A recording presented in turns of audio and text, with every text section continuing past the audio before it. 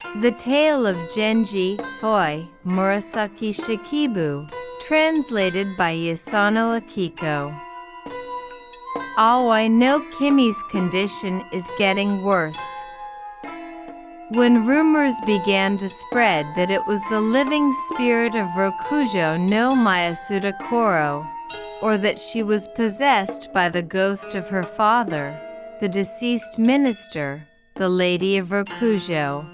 The Lady of Rokujo had no desire to curse anyone other than to lament her own short life, but she sometimes felt that her soul, which may leave her body if her thoughts grow strong, might appear at Lady Genji's sickbed to express her resentment. In her life, which could be described as a continuous series of thoughts, she had never felt as distressed as she did now. The lady, who believes that the hatred that had been kindled by the humiliation of the day of purification has become a fire that she herself cannot contain, dreams of a princess-like person sitting in a beautiful form, in which she becomes violent in front of her, pounces on her and punches her, exerting a wild force that she is not capable of in reality. She dreams of the same thing over and over again, which is pathetic, and she wonders if her soul has left her body. There were also times when the lady was in a state of unconsciousness. The world is one in which people speak ill of things that are not true, and thinking that she would be a good person to satisfy their arrogance and greed, the lady was extremely distressed at having her reputation tarnished. It is a common fact that after death, souls appear with resentment towards people in this world, but even that is a sad thing that seems sinful, and yet the fact that she herself has received such a bad reputation while still alive is all a sin brought about by her love for Genji, and now, the Empress thought, she must completely abandon her love for him. Even if she tried to do so, it would surely be difficult and impossible to achieve. Saigu was supposed to have moved into the palace last year, but due to various obstacles, this autumn she will finally take the first step towards a life of purification. And from September, she will be moving into Sagano no Miya. The people at the palace were busy preparing for the 2 days of purification, but the Empress had a dazed mind and spent most of her time sleeping. The men and women at the palace were also worried about this and asked for prayers. She was not seriously ill, but was just languishing. Genji kept sending letters of condolence, but his beloved wife's poor condition seemed to prevent him from visiting her himself. While the family was letting their guard down, thinking that it was too early for her to give birth, Oi no Kimi suddenly began to writhe in pain. In addition to prayers for the illness, many prayers for a safe delivery were also started, but one particular tenacious monster would not leave the lady. Even famous monks were troubled, saying that they had never encountered such a monster. As expected, she was suppressed by the power of the magic and cried pitifully. "Please cut me some slack. There is something I have to tell you, General," said the lady. "That's what you're saying. There's a reason for it. Our imagination is right." Saying this, the lady-in-waiting led Genji to the folding screen that had been set up next to the sickbed. Her parents thought that the daughter, who had little to rely on, might have something to say to her husband, so they avoided sitting. At this time, the priest who was performing the ritual began to recite the Lotus Sutra in a low voice, which made Genji feel very grateful. When Genji pulled up the hanging silk screen and looked inside, he saw his wife lying there with a beautiful face and only her abdomen raised. Even a stranger would not be able to look at her without crying, so it was only natural that Genji, as her husband, would feel sad and regretful when he saw her. She was wearing a white kimono, and her complexion was bright from the fever. Her long, lush hair was tied in a bun in the middle and placed on the pillow. A beautiful woman looking like this was the most enchanting thing to see. Genji took his wife's hand and said, "Isn't that sad? You've made me suffer so much." He didn't say much. He just cried. She usually seemed very embarrassed to be looked at head-on by Genji, and as she gazed up at her husband with her eyes turned to the side, tears would begin to flow. Needless to say, seeing this, Genji felt deep pity for her. Seeing her crying so much, he thought she must be thinking about the parents she was leaving behind, and seeing him, he thought she must be feeling the unbearable sadness of separation. "Please don't be so sad. I don't think the situation is that dangerous. And even if what happens, the husband and wife will be able to meet in the next life. Your parents and children have a special bond, so please believe that they will be able to meet again in the next life." Genji tried to comfort her. "That's not true. I'm in so much pain that I wanted to ask you to relax your power for a while. I don't want to come out like this, but the souls of those who are lost in thought really do leave themselves." After saying this in a nostalgic tone, she said, "I lament and lament. My soul is in disarray in the sky, so please tie it up, my hem." But neither did she sound nor act like the lady. She had completely changed. He thought it was strange and thought about it, but the lady had become the Lady of Rokujo. Genji felt shameful. Even though people had spread all sorts of rumors, Genji had always denied them as the rumors of worthless people.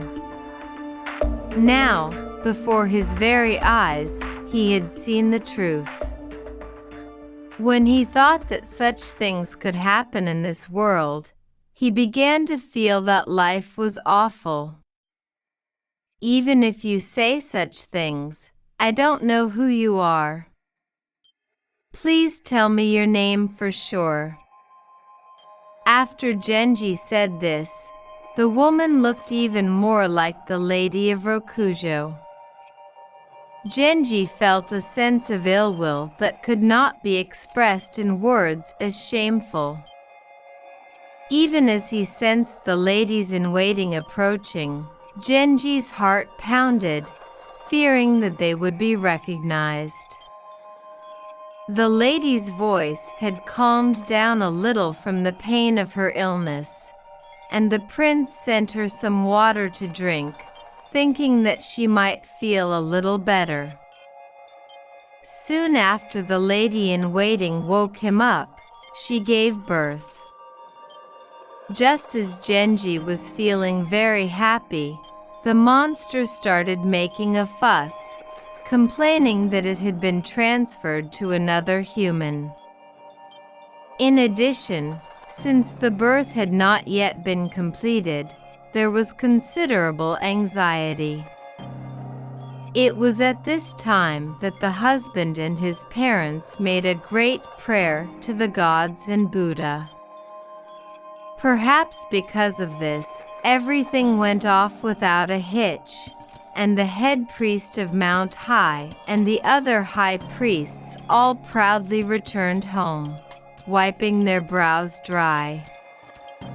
The people who had been worrying up until then felt relieved that the danger had now passed, and everyone thought that the dawn of recovery had appeared. They had the rituals performed again, but the joy at the birth of a new life was so great that the left minister's household was filled with happiness unlike anything they had experienced before. Every night, the emperor, the imperial family, and high-ranking officials brought lavish celebrations to celebrate the birth of a child.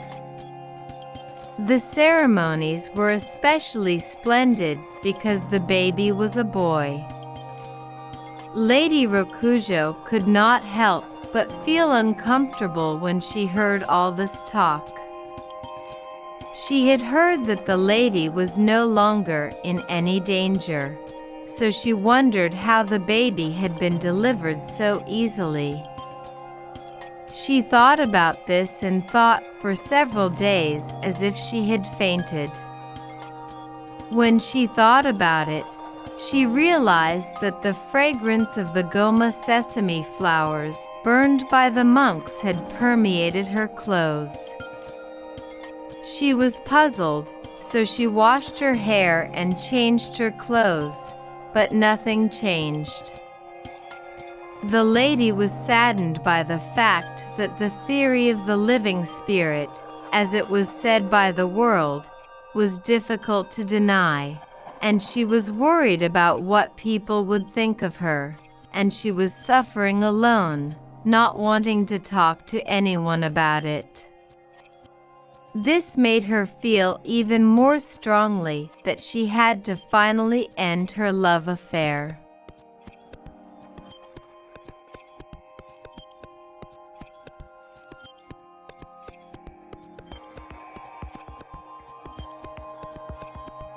Genji felt some relief, but remembered the time when he saw the spirit with his own eyes and heard the words of the lady, and felt a pang of regret for not visiting her for a long time.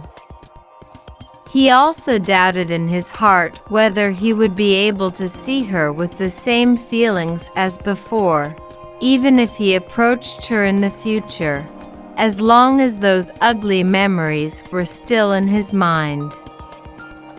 He was in agony, but he wrote a letter to her so as not to hurt her reputation. Since her condition was serious before the birth, it seemed reasonable for her parents to still be watching and worrying about her, so that she could not let her guard down, and Genji had not yet made a sneak visit to the house of his lover. The lady was still very weak and did not seem to have recovered from her illness, so they did not live together in the same room as a married couple, and Genji was absorbed in the love of the young prince, who was small but dazzlingly beautiful. He took great care of her. The minister was happy that Genji's child was born to his own daughter and that everything was going perfectly as it should, but he was worried about Lady Aoi's slow recovery. However, he probably thought that this was normal after being in such a critical condition, so the minister's happiness was not greatly discounted. Even though he saw that the young prince's beautiful eyes were very similar to those of the crown prince, Genji, who missed the young crown prince more than anything else, could not bear to not come to the imperial palace and was about to leave. "I'm not satisfied with not coming to the imperial palace for too long. So today I'm going to leave you for the first time, but I want to at least go somewhere close by and talk first." "You're being too distant." "It's not good," Genji said, having the lady communicate through to him. "That is very true. You are not the kind of people who are concerned about appearances. Even though you are in a weak state, why don't you talk to her through a veil?" The lady-in-waiting advised her and sat down near her sickbed, so Genji went into the room and talked to her. The lady-in-waiting occasionally replied, but she still looked very weak. Still, when he thought of the time when he was in a state of despair, he couldn't help but think that he was living in a dreamlike happiness. As he talked about the time when he could not bear the anxiety, the image of that person who seemed to have stopped breathing suddenly starting to say all sorts of things came to mind, and he felt so uncomfortable that he tried to cut the conversation short. "Well, let's not talk too long. There are many things I would like you to listen to, but I feel sorry for you because you still look tired." After saying this, he ordered the lady-in-waiting to bring in some hot water. The ladies-in-waiting sympathized with Genji, who was being so considerate as a husband to his sick wife. The sight of such a beautiful lady, so weak that she was barely able to walk, was both painful and pitiful. The beauty of her hair, which flowed freely and without the slightest bit of disorder, was enough to steal a man's soul. Genji gazed upon his wife for a mysterious long time, wondering why he had been gazing at her with such dissatisfied feelings for so long. "I'll go to the imperial palace and come back soon. I'd be happy if we could meet like this all the time, but since you're staying with me, I'm sure you'll sympathize with me, having been agonizing in the shadows and refraining from doing so, fearing it might be rude. So please try to get better yourself quickly, so that we can stay together like before. Because you depend so much on your mother, you'll be treated like a child over there forever." With these words, Genji, dressed beautifully, left the bedridden lady's eyes more intently than usual. It was the day when the promotions of the autumn officials were decided, so the minister also came to the palace, and the sons, who had their own wishes and didn't want to leave the minister's side these days, followed behind him and left. When the number of people there was thin and the mansion was quiet, Aoi no Kimi suddenly began to suffer, as if her chest was rising. The lady died before the imperial palace could be sent to pick her up. The minister of the left and Genji hurriedly left, and although it was the night of the appointment ceremony, the appointment and dismissal of the officials was left undecided due to this disturbance. The sudden death of the young lady caused chaos in the minister's residence, and since it was the middle of the night, there was no time to invite the head priest of Mount High or other monks. Everyone was stunned, as death had crept up on them while they had assumed that she was no longer in a critical condition and were not on guard. Although envoys from various places had gathered, there was no one who could be trusted to deliver greetings, and the residence was filled with the sound of crying.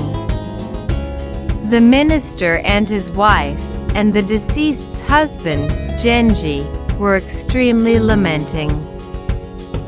Thinking that she had been in a state of temporary suspended animation many times before due to monsters, he did not change her pillow as if she were dead, but let her lie as an ill wife for 2 or 3 days, waiting for her to revive. But time only proved that the body was already dead. Everyone recognized that there was no reason to deny her death.